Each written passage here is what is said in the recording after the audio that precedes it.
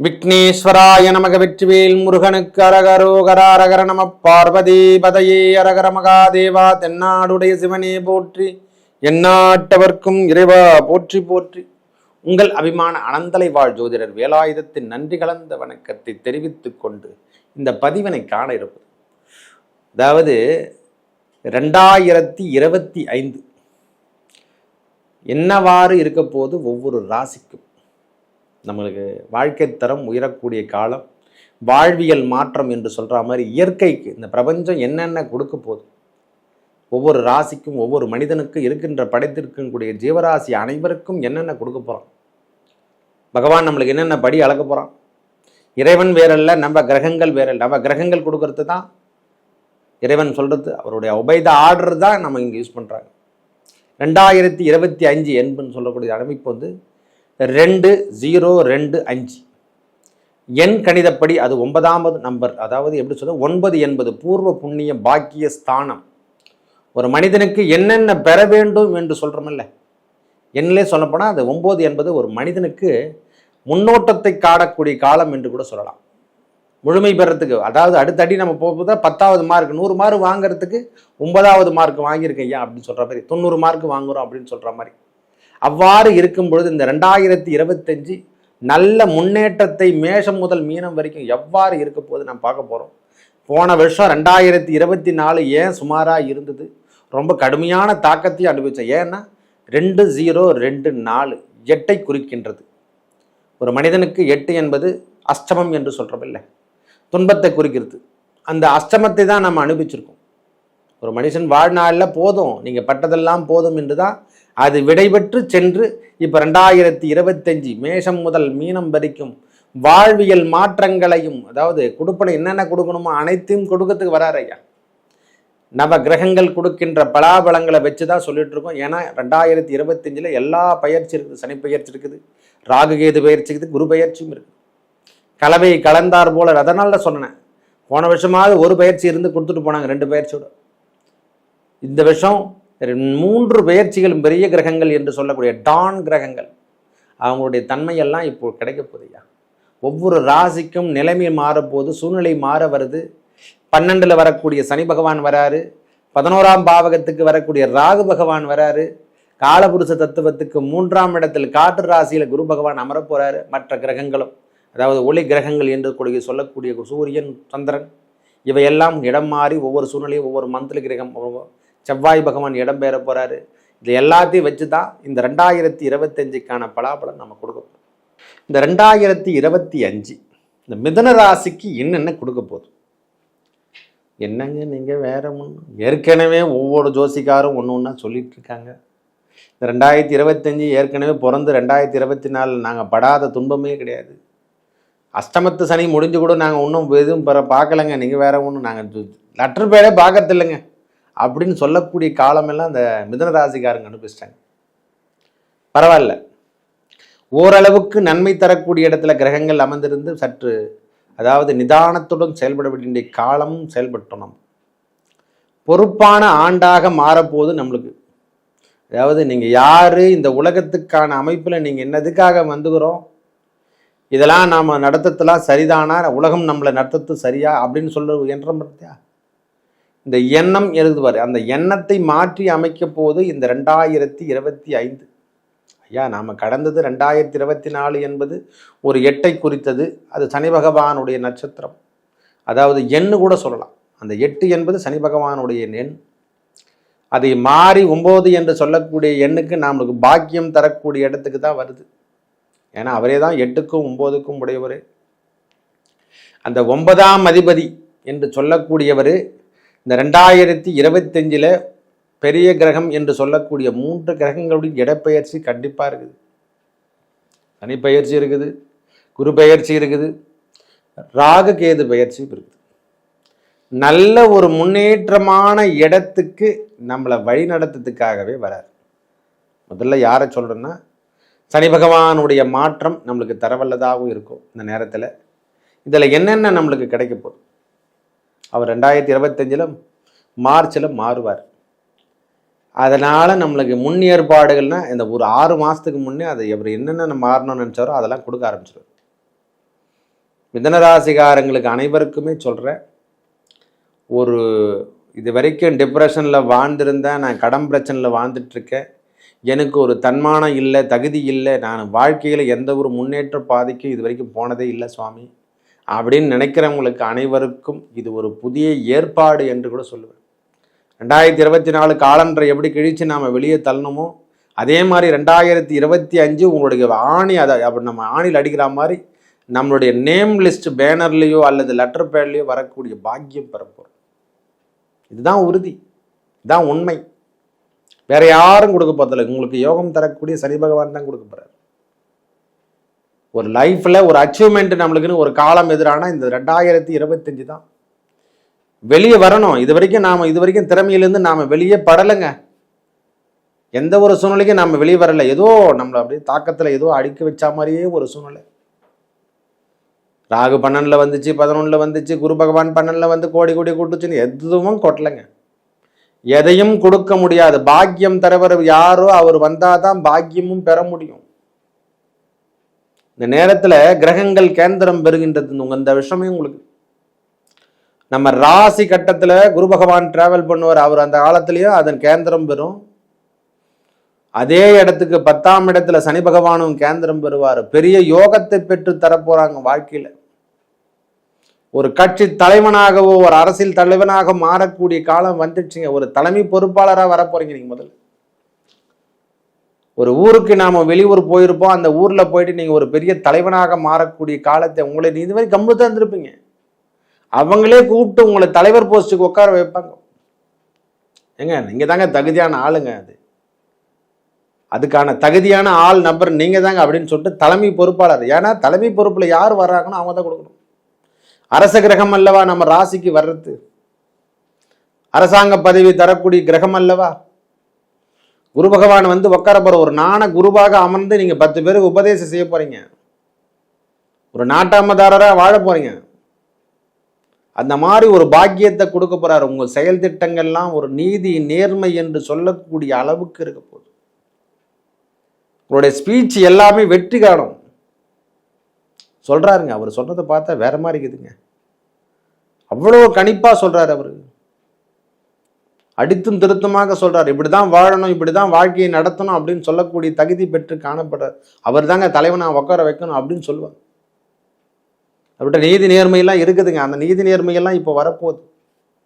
செயல் திட்டத்தை கொடுக்க போறார் நம்மளுக்கு இறைவனே.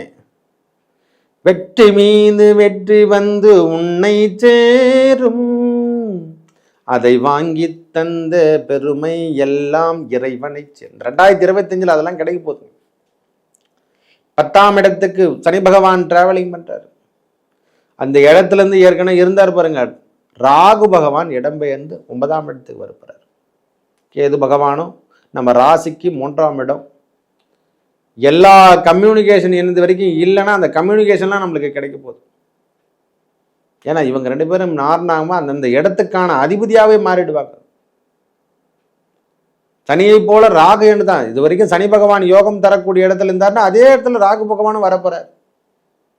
என்ன அந்த தந்தையார் உடல் நலத்துல இது வரைக்கும் ஏதேனும் இருந்தா, சிறிய தகப்பனாரோ அல்லது பெரிய தகப்பனாரோ அவங்க உடல் நலத்துல மட்டும் சற்று அக்கறை எடுத்துக்கொள்ளுங்க. நம்ம வீட்டில் மூதாதையர் அந்த தாத்தா பாட்டி மேலெல்லாம் கொஞ்சம் அக்கறை இருக்கணும். அந்த இடம் என்று சொல்லக்கூடிய இடத்துல ராகு பகவான் இருந்தாலே ஒரு ப்ரெஸ்ஸிங் கொடுத்துருவார். அந்த இடத்துல ஒரு கணிசமான பிரச்சனையும் நம்மளுக்கு கொடுத்துருவார். மற்றபடி உங்களுக்கு எந்த தொந்தரவும் கிடையாது சுவாமி. மிதுனத்துக்கு வரக்கூடிய ஜென்ம குருவாவோட அவர் 5 மாதம் 6 மாதம் கழித்து தான் வரப்போறார். இருந்தாலும் அவையாலும் நன்மை என்று சொல்லக்கூடிய அமைப்பை பெறும். அவர் இருந்தால் கொஞ்சம் பிரச்சனை கொடுக்குமே கண்டி அவர் பார்க்கின்ற இவனமெல்லாம் பெரிய பெரிய முன்னேற்றத்தை கொடுக்கின்ற காலமாக மாறப்போம். திருமணம் சார்ந்த உறவுகள் இதுவரைக்கும் இல்லாமல் இருந்திருந்தா, கன்னி பெண்களுக்கு அனைவருக்கும் சொல்ற, திருமணமாகாத பெண்களுக்காகட்டும் ஆண்களுக்காகட்டும், இப்பெல்லாம் அந்த பெண்கள் விஷயத்துல சற்று அக்கறை எடுத்துக்கொள்ளுங்கள்.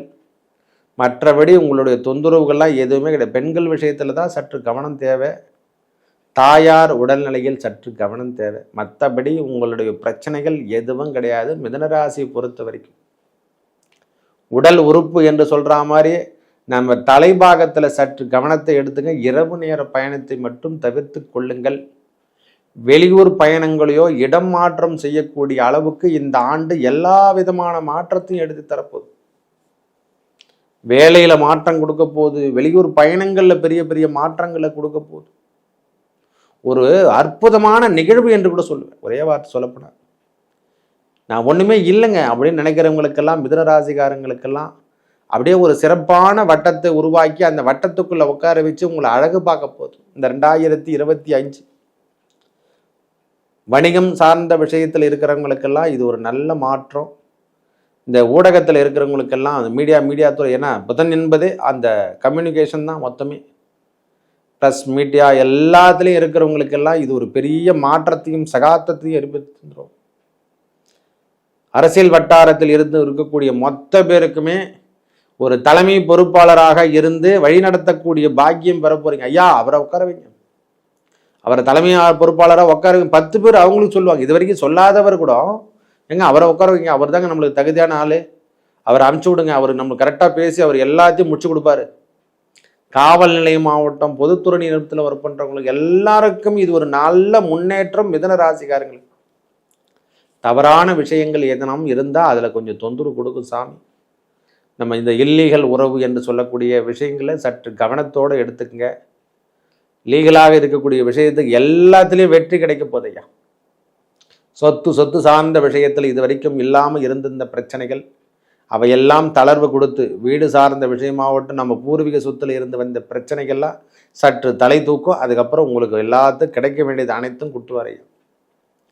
சிறிய தகப்பனார், பெரிய தகப்பனார் மற்றும் தாத்தா அவங்க உடல்நிலையில் சற்று கக்கரை எடுத்துக்கணும். ஏன்னா 10ஆம் இடத்துல வந்தாவே அந்த ஜீவன கர்மா என்று சொல்லக்கூடிய இடத்துல கர்மகாரகன் வந்தாவே கர்மாவை செய்ய வைப்பார். இதெல்லாம் ரொம்ப உன்னதமான காலம். கர்மகாரகன் என்பது கர்மா மட்டும் இல்லை, நாம் என்னென்ன கொடுக்கணுமோ இல்லாதவருக்கு நாம் கையால் கொடுக்குற அளவுக்கு செல்வத்தை கொடுத்து அதை நாம் செய்ய வைக்க போகிறார். அதுதான் ஜீவன கர்மா.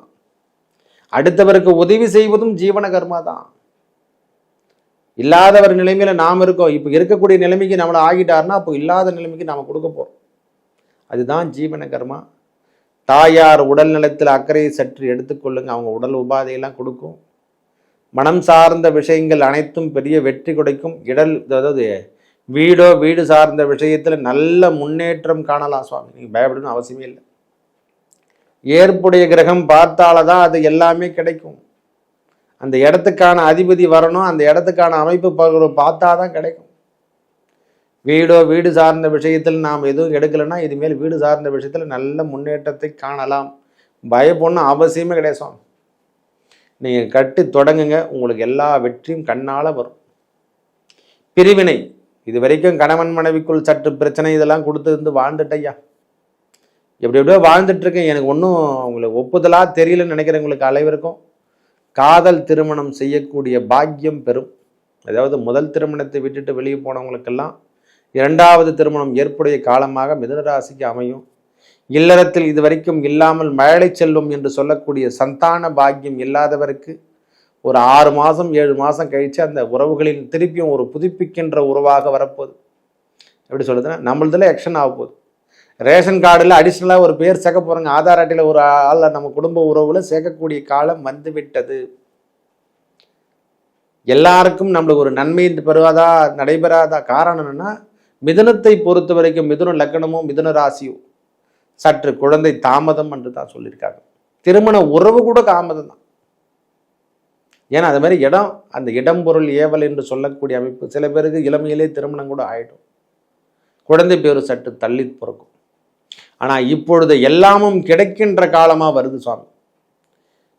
பெண்களுக்கு, முக்கியமாக மிதுனராசி பெண்களுக்கு இது ஏற்புடைய காலம் என்றே சொல்லுது. ஆண்களுக்கும் சரி, இது 2த்துக்கும் யோகம் தான். ஆணாகட்டும் பெண்ணாகட்டும் யோகம் தரக்கூடிய காலத்தில் கிரகவின் ஆரம்பித்து பல இந்த கிரகங்களுடைய தன்மை, நவ கிரகங்கள் என்ன கொடுக்குதோ அதுதான் இறைவன் சொல்றது ஒபே த ஆர்டர். அவங்க என்ன கொடுக்கணும்னு நினைக்கிறாங்களோ அனைத்தும் கொடுத்து விட்டு தான் செல்வாங்க. செல்வங்கள் கிருதி, அதாவது எப்படி சொல்றதுன்னா, இதை விட முன்ன இருந்ததை விட இப்போ அதிகமாக கூடுதல் வருமானம் பெறக்கூடிய காலம் வருது. நோய் முக்கியமாக விலகும். சற்று தலை தூக்கும். முதல்ல தலை தூக்கி அதுக்கப்புறம் எல்லா விதமான பிரச்சனையிலிருந்து நீங்கள் விடுபடுவதை கண்கூடாக பார்க்கலாம். உடல் சார்ந்த விஷயத்தில் இருந்து வந்து, அதை ஐயா நான் எதுவுமே செய்ய முடியல சாமி, படுத்த படிக்கையாக இருக்க, எதுவும் பண்ண முடியல.